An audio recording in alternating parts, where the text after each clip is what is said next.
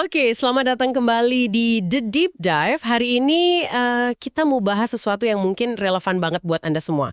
Kita punya bahan dari sebuah video yang lagi rame, isinya semacam peta jalan buat jadi kaya. Tapi ini tanpa harus ngandelin keberuntungan, bakat, atau ya warisan. Jadi misi kita hari ini adalah mengurai 4 aturan main soal uang. Aturan yang katanya bisa mengubah total kondisi finansial kita. Ini bukan soal skema cepat kaya, tapi lebih ke kerangka kerja yang strategis. Mungkin buat Anda yang merasa kok udah kerja keras banget tapi hasilnya gitu-gitu aja. Betul, dan yang perlu kita garis bawahi dari awal, ini bukan tentang bekerja lebih keras dalam artian nambah jam kerja ya. Bukan itu. Ini lebih ke mengubah total cara kita memandang nilai. Jadi, sumber ini berargumen kalau kebanyakan orang itu kan kejebak di permainan menukar waktu dengan uang. Sebuah permainan yang kalau dihitung-hitung, secara matematis ya nggak akan pernah bisa menang. Intinya itu pergeseran fundamental dari yang tadinya kita jadi roda penggerak di mesin orang lain, gimana caranya kita jadi pemilik mesinnya itu sendiri. Kita akan lihat gimana setiap aturan ini saling membangun satu sama lain. Oke, menarik. Mari kita bongkar dari fondasinya dulu ya. Aturan pertama, puasani satu keterampilan yang beneran bisa menghasilkan uang. Nah, sumber ini spesifik banget. Bukan sembarang skill, tapi salah satu dari 4 kategori utama. Yang pertama itu menjual. Ini soal persuasi, pemasaran, ya, kemampuan buat closing deal. Betul, dan ini sering banget diremehin loh. Banyak yang mikir menjual itu bakat alami. Padahal sumber ini menekankan kalau ini keterampilan yang bisa dilatih sampai level master. Sama aja kayak belajar coding atau desain. Tepat. Oke, lalu yang kedua, membuat. Ini bisa bikin produk, aplikasi, website, atau bahkan ya konten video atau buku, intinya menciptakan sesuatu dari nol. Ketiga, mendesain. Ini bukan cuma soal bagus dilihat, tapi punya selera yang superior, paham bentuk dan fungsi, tipe-tipe Steve Jobs gitu. Dan yang keempat, berburu. Ini kemampuan ngelihat peluang yang orang lain nggak lihat. Misalnya nemuin properti bagus, investasi di startup, atau milih saham yang tepat. Jadi pilih salah satu dari 4 ini. Dan proses buat menguasainya itu yang menurut saya menarik banget. Strateginya itu agak brutal tapi katanya efektif. Pertama, cari tempat di mana skill itu jadi jantung bisnisnya. Mau jago jualan? Ya jangan kerja di bagian admin. Masuk ke tim sales di perusahaan yang emang hidup matinya dari jualan. Terus, cari siapa orang nomor 1 di sana. Nah, tugas Anda simple tapi berat banget. Duduk di sebelahnya dan gandakan inputnya dia. Kalau dia bikin 100 telepon, Anda bikin 200. Dia ketuk 50 pintu, Anda ketuk 100. Wah, kedengarannya capek banget. Itu bukannya cuma niru tanpa mikir ya? Awalnya iya, tapi ini bukan meniru buta. Ini tuh kayak proses magang yang dipercepat. Anda fokus ke kuantitas input dulu, karena itu yang bisa Anda kontrolkan. Sambil jalan, Anda amati terus, serap kualitas dari si ahli. Anda jadi belajar polanya, cara dia hadapi penolakan. Ini kayak membangun muscle memory sambil ngedownload ilmunya. Oke, saya paham. Dan contoh-contohnya ini bikin jadi kebayang. Untuk kategori membuat, ada kisah Mr. Beast. Dia mutusin di umur 12 tahun kalau skill dia itu bikin video YouTube. Coba deh bayangin, setiap hari dia latihan. Buka kamus, tunjuk satu kata, terus paksa diri bikin 20 ide video dari kata itu. Gila sih dedikasinya. Dan itu nunjukin kalau kreativitas itu bukan ilham dari langit, tapi otot yang dilatih tiap hari. Hasilnya juga nggak instan kan? Ini poin penting banget. Sama sekali nggak. Katanya butuh lebih dari 100 video cuma buat dapat 10.000 subscriber pertama. Terus buat berburu ada Warren Buffett. Dia baca manual Moody's setebal 4.000 halaman yang isinya data keuangan semua cuma buat nemuin satu saham yang salah harga. Dari ratusan ribu bisnis yang dianalisis, kesuksesan terbesarnya itu cuma dari sekitar 12 keputusan. Gila fokusnya itu loh. Persis. Ini menegaskan kalau jadi master itu bukan soal melakukan 10.000 hal, tapi melakukan satu hal 10.000 kali. Nah, ada level selanjutnya yang keren banget. Sumbernya bilang, kalau kita bisa jadi top 20% di 2 skill, itu bisa jadi jalan pintas. Contohnya Steve Jobs, mendesain plus menjual. Atau Elon Musk, membuat plus menjual. Tapi tunggu dulu, jadi top 20% di 2 bidang, apa yang bikin kombinasi itu jadi sekuat itu? Pertanyaan bagus. Karena itu menciptakan yang namanya talent stack atau tumpukan bakat. Jadi nomor satu di dunia dalam satu hal itu kan hampir mustahil ya. Tapi jadi katakanlah lebih baik dari 80% orang di dua bidang berbeda. Itu jauh lebih mungkin. Dan kombinasinya itu sendiri yang jadi langka dan berharga. Coba bayangin seorang programmer yang jago teknis, tapi dia juga jago komunikasi dan nulis. Wah, nilainya langsung meroket. Karena orang kayak gitu jarang banget ada.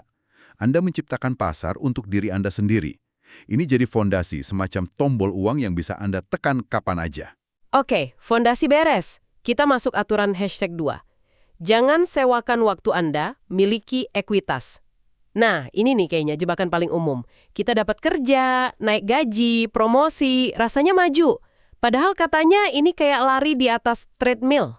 Betul, gaji lebih besar seringnya cuma buat bayar kandang emas yang lebih besar juga. Pengeluaran naik, ngikutin pendapatan. Dan yang paling penting, pendapatan Anda itu ada batas atasnya, jumlah jam dalam sehari. Mau Anda pengacara hebat bayaran $1.000 per jam pun, Anda tetap nggak bisa kerja 25 jam sehari. Ada kutipan di sumber ini yang wah, nusuk banget. 2 hal paling bikin nagih di dunia itu heroin dan gaji bulanan. Ini nunjukin gimana amannya gaji bulanan itu justru bisa jadi penghambat terbesar. Contoh pengacara tadi, yang paling kaya itu bukan yang bayaran per jamnya paling tinggi, tapi mereka yang jadi partner di firma hukum. Artinya mereka punya ekuitas. Mereka dapat bagian dari untung yang dihasilkan ratusan pengacara lain di firma itu. Tepat sekali, di situ pergeseran mindsetnya terjadi. Dari apa yang bisa saya kerjakan, jadi apa yang bisa saya miliki. Nah, cara termudah punya ekuitas tanpa modal gede di awal, ya dengan mengubah skill dari aturan #1 tadi jadi bisnis. Skill Anda bukan lagi jasa yang ditukar waktu, tapi jadi aset yang kerja buat Anda, bahkan pas Anda tidur. Dan sumber ini ngasih 3 model bisnis spesifik, disebut 3C, Code, Content, atau Capital. Untuk Code, ada cerita desainer gaji 200.000 setahun di agensi. Gaji gede, tapi dia tetap nuker waktu. Dia berhenti, terus belajar coding dikit, dan mulai bikin tema buat Shopify. Satu tema yang dia bikin bisa dijual ribuan kali, tanpa batas. Nah, itu dia yang namanya leverage atau daya ungkit. Dia kerja sekali, aset digitalnya itu kerja terus buat dia. Hasilnya, pendapatannya lompat jadi $2 juta setahun, sementara dia bisa kerja dari mana aja. Perbedaannya itu di skalabilitas. Gajinya di agensi nggak bisa diskalakan, tapi jualan temanya bisa. Contoh yang kuat banget. Lanjut yang kedua, konten. Contohnya Alex Hormozi. Dia kan jago banget menjual. Daripada cuma jual jasanya satu-satu, dia bungkus ilmunya dalam bentuk video, buku, kursus. Fakta yang saya temuin di sini gila banget. Dari rilis buku terakhirnya, dia dapat $100 juta dalam satu akhir pekan. Angka yang mustahil dicapai dengan konsultasi per jam. Mustahil. Sama sekali mustahil. Konten itu bentuk daya ungkit modern. Sama kayak kode, bikinnya sekali, tapi bisa didistribusikan ke jutaan orang dengan biaya nyaris nol. Persamaan ekonominya berubah total. Dan yang ketiga, modal. Ini nyambung ke skill berburu. Ada cerita sepupunya si pembicara yang berhenti kerja kantoran buat belajar berburu properti apartemen. Setelah 2 tahun magang, di tahun pertamanya dia berhasil beli properti senilai 40 juta. Pertanyaannya, dari mana duitnya? Ternyata dari investor lain. Dia nggak punya modal, tapi dia punya skill buat nemuin deal bagus. Skill itu ekuitasnya dia. Dan itu poin yang sangat penting. Ekuitas itu nggak selalu uang kan? Dalam kasus ini, ya keahliannya itu. Dia menukar keahliannya dengan sebagian kepemilikan di properti yang dibeli pakai uang orang lain. Ketiga contoh ini, kode, konten, modal, semuanya nunjukin prinsip yang sama. Lepas dari pendapatan linear, pindah ke pendapatan yang punya daya ungkit. Oke, setelah semua kerja keras ini, kita sampai di aturan #3. Katanya ini aturan paling sulit. Aturannya cuma satu kata. Tunggu. Ini kedengarannya pasif banget ya, bertentangan sama semua kerja keras tadi. Justru di situ susahnya. Analogi yang dipakai itu pas banget. Anda nggak bisa nanam benih hari ini, terus besok digali lagi sambil teriak, kok belum tumbuh? Proses ini butuh waktu, air, matahari. Kalau Anda sudah melakukan langkah 1 dan 2 dengan benar, katanya, jadi kaya itu tak terhindarkan. Tapi tak terhindarkan itu bukan berarti instan. Tapi gimana cara ngatasin rasa nggak sabaran itu? Apalagi sekarang kita lihat kesuksesan orang di medsos tiap detik. Rasanya semua orang lebih cepat dari kita. Pertanyaan yang bagus banget. Menunggu di sini tuh bukan berarti diam aja. Ada kutipan dari Naval Ravikant yang ngerangkum ini dengan sempurna. Be impatient with action and patient with results. Artinya, jangan sabar dengan tindakan Anda, tapi bersabarlah dengan hasilnya. Dua pola pikir yang kayaknya berlawanan, tapi harus jalan bareng. Itu kombinasi yang susah banget secara psikologis. Susah sekali. Otak kita kan maunya imbalan instan.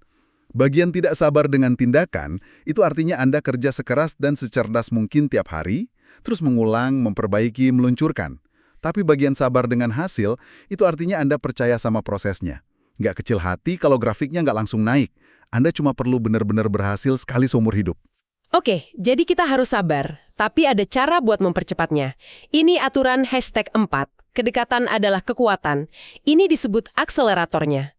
Caranya adalah dengan pindah secara fisik. Mau jadi pendiri startup teknologi, pindah ke San Francisco, mau bikin film ke Los Angeles. Ini saran yang drastis sih. Apa masih relevan di zaman kerja remote gini? Menurut saya malah lebih relevan dari sebelumnya. Tapi mungkin bentuknya beda. Ide dasarnya kan menempatkan diri di pusat gravitasi bidang Anda. Bahkan dengan teknologi, ada transfer pengetahuan, energi, dan peluang yang cuma terjadi kalau Anda ada di lingkungan yang tepat. Anda itu kayak nyerap informasi secara osmosis, dari obrolan di warung kopi, dari acara kumpul-kumpul. Ada klise yang benar banget. Anda adalah rata-rata dari 5 orang yang paling sering menghabiskan waktu bersama Anda. Kalau 5 orang itu pendiri startup yang ambisius semua, mau nggak mau standar Anda ikut naik. Sumber ini punya cerita pribadi yang bikin ini jadi nyata banget. Waktu pertama kali pindah ke San Francisco, dia tinggal di satu rumah sama 6 pendiri startup lain. Dia bilang kamar mandinya bau, teman-temannya berantakan, tapi itu sama sekali nggak penting. Sepertinya itu harga yang pantas dibayar ya. Betul. Dia bilang, jadi bau tidak sedap adalah harga untuk jaringan bernilai jutaan dolar. Pertukaran yang adil. Yang penting tiap malam dia dikelilingi orang-orang pintar yang terobsesi bangun sesuatu. Lingkaran pertemanan itu yang jadi koneksi ke investor, jadi dukungan moral pas bisnisnya hampir gagal. Dia nyebutnya merekayasa keberuntungan untuk dirinya sendiri. Dia nggak nunggu keberuntungan datang, dia menempatkan diri di jalan yang paling sering dilewati keberuntungan. Proaktif. Ada satu cerita lagi. Waktu umur 24 di Australia, dia diundang jadi pembicara utama di acara startup. Bukannya bangga, dia malah ngeri. Dia mikir, kalau saya orang terpintar di ruangan ini, berarti saya ada di ruangan yang salah. Minggu depannya, dia langsung beli tiket sekali jalan ke San Francisco. Dan ini, 1. Kuasai satu skill spesifik, menjual, membuat, mendesain, atau berburu. 2. Ubah skill itu jadi aset dengan punya ekuitas, lewat kode, konten, atau modal. 3. Tunggu. Bertindak cepat tapi sabar dengan hasil. Dan 4.